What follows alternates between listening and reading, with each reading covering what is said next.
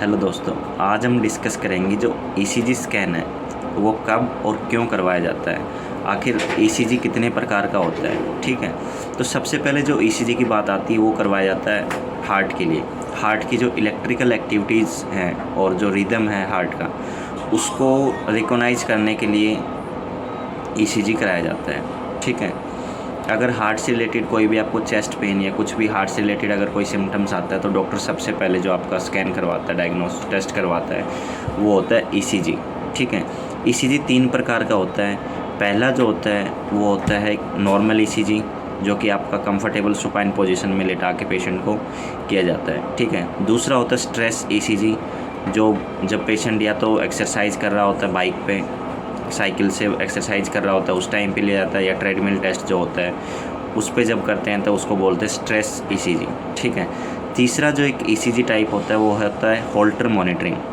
Holter monitoring और ECG दोनों थोड़ा थोड़ा डिफरेंस है, काम दोनों का सेम ही है, लेकिन ईसीजी एक स्पेसिफिक इंटरवल के लिए यूज़ किया जाता है। ईसीजी को हार्ट के एक स्पेसिफिक इंटरवल को मॉनिटर करने के लिए ईसीजी को यूज़ किया जाता है। लेकिन जो होल्टर मॉनिटरिंग होता है वो 12 से 48 आवर कंटिन्यूस जो हार्ट रेट होता है, हार्ट की मॉनिटरिंग होती है, वो कंटिन्यूस 12 से 48 घंटे कंटिन्यूस मॉनिटरिंग करता है।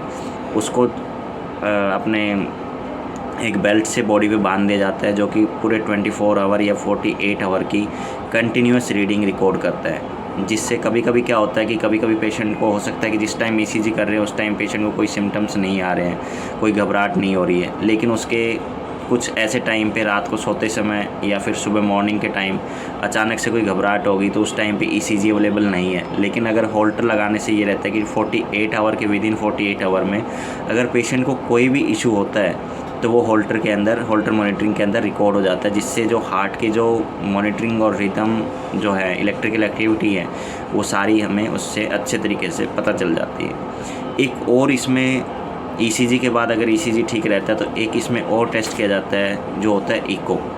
इको में क्या होता है कि जो हार्ट का जो शेप होता है, स्ट्रक्चर होता है और जो फंक्शनिंग होती है, वो सब चीज़ें जो चेक होती है वो होती है इको में।